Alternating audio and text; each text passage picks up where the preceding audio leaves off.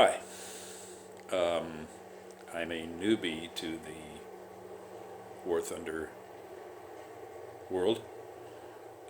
Just wanted to give some of my impressions of the game and the questions and difficulties I had starting it.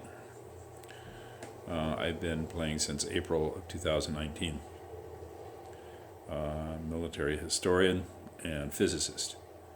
So I do have somewhat of a brain, I guess. Also was in the aerospace weapons business for years. The summary of my issues with War Thunder are the following. Number one is they try to make it difficult for anybody to get anything free from them. They are very nervous about newbies coming in and testing vehicles more than with a rudimentary testing field. The aircraft is even worse than that. I think in the aircraft what I found was that you had two targets to shoot at. No ships, no anything else. There are other applications done by modders who give a better test field, but of course you have to find out about that.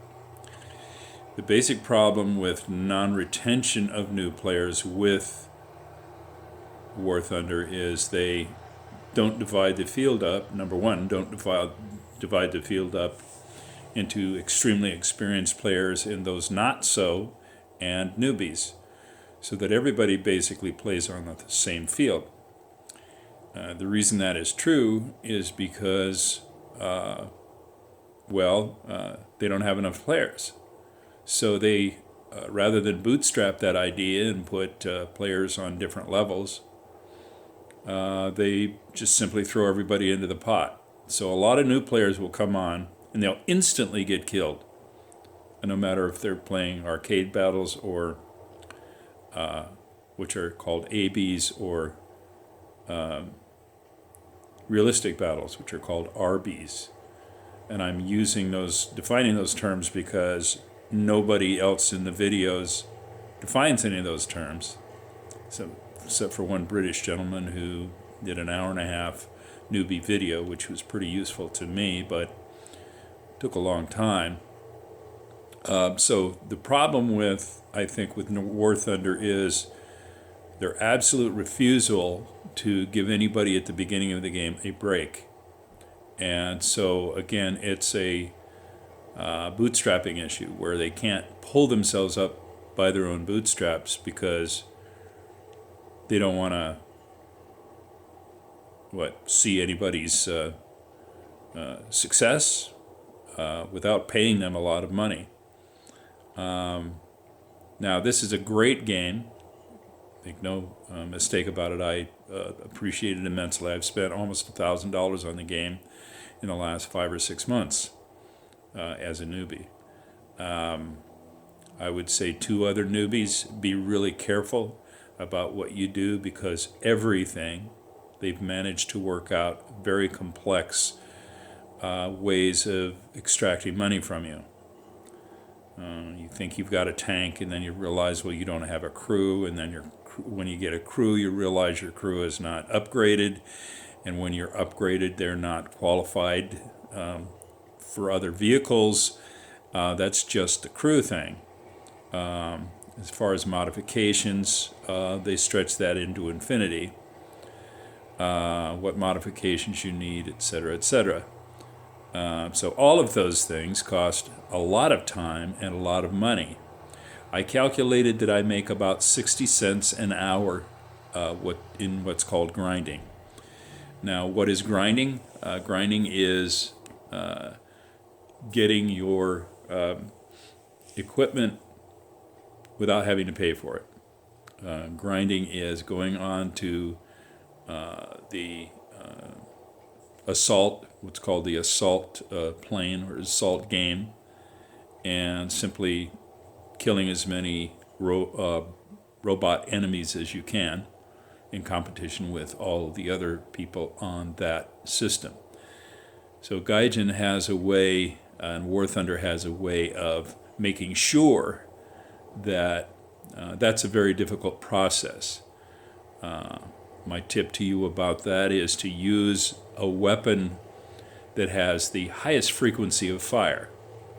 That will get you through that as soon as you can. The other thing I would advise you to do is to wait for the discount holidays. There's one in May, there's one in June or July, there's a big one in November, and avoid paying top dollar for any of your premiums. Those should be bought at 50% discount. When you buy a premium, you get an advantage there in that a lot of the money you spend on developing the mod and the research on that particular vehicle will be obviated. In other words, it'll be removed because you have a fully formed vehicle. All you have to do is provide a crew. Now, also that has a talisman with it, that particular premium, as they call it, that has a talisman with it, and that's very valuable in grinding and also getting you maximizing rewards.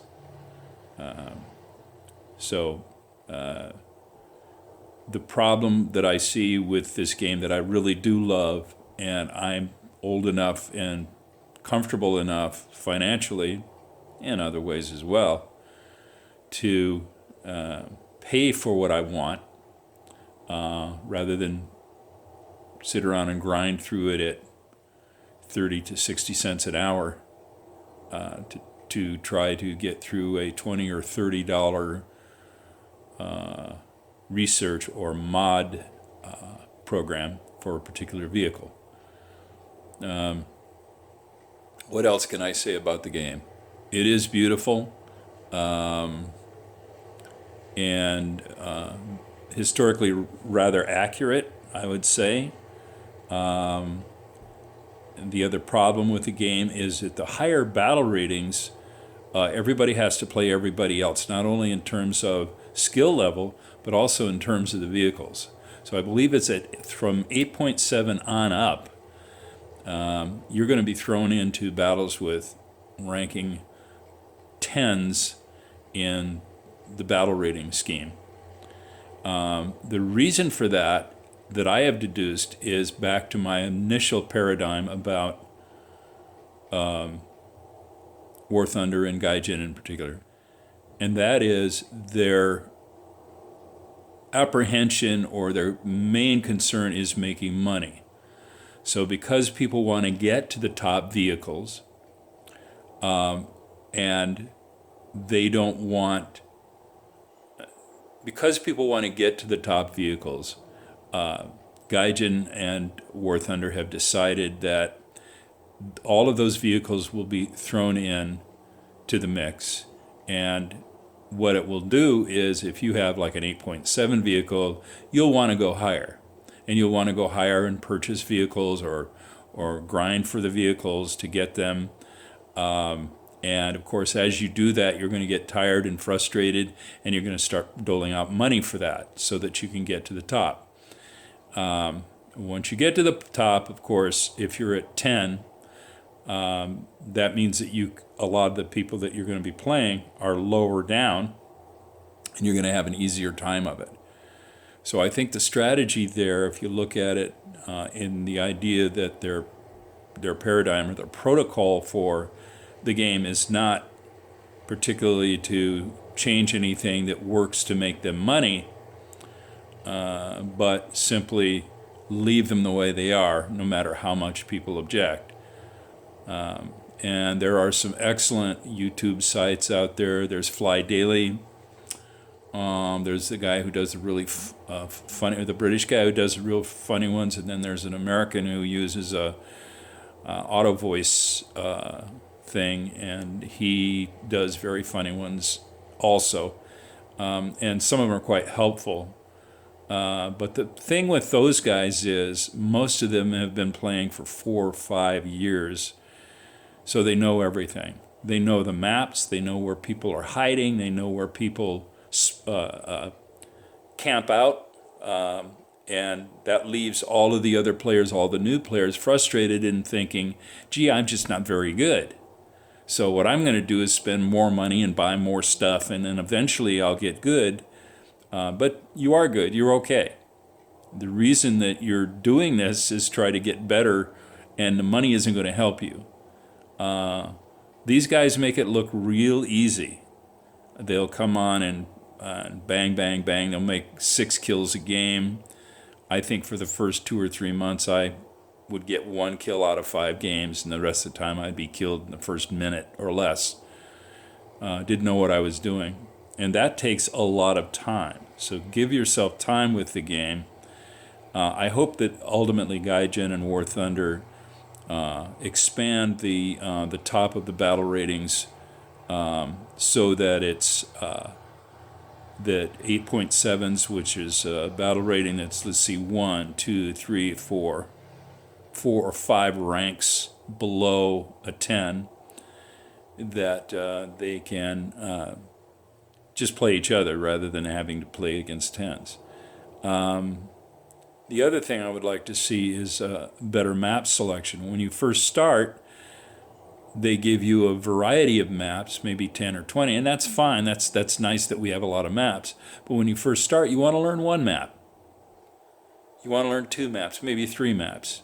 You want to know where the hiding places are, where the spawn places are, where the campsites are, things like that. And you can't do that currently. So to encourage them, I would say if they broke down a little bit and expanded the battle ratings a little bit at the top, and if they also started doing a few of the other things that I've complained about in this video, and I won't go back and list them all again, I think their player retention, especially in the newer players, would improve immensely. I think the max I've ever seen on in the lobby at one time is about 60,000 people playing in, let's say, 2,000 games. Now, there are other problems with that too, and that's the slowness of the servers or the lobby to pick you up for a game. I've waited sometimes for 7 minutes, sometimes not that long, but the reason for that is because they place everybody in the same pool because they're more concerned about just having people there, bodies there. Now, what that does to beginner players, and I don't have any numbers about this, but my theory would be if I didn't have the money and the time, and I put in probably over 1,000 hours in the game, maybe even more than that, probably more than that now. If I didn't have the money and the time for this, and being older, I'm somewhat more patient than others, the game would not be for me. And I would leave the game. My kid, who's 16, is not interested in the game at all. It's too slow for him. So if you want to pick up new customers, new players, you got to break down a little bit and take things a little bit differently. And I've said my 15 minutes worth here, or 14 point whatever, and I'm done. My name is Seven Fathers. Look for me on the field. I have a 7 and an F on all of my vehicles, and I'm getting better. Someday I will get more than 3 kills per game. I'm averaging a lot less than that now, and I'm under 50%. The other thing I would like to see is better squad play.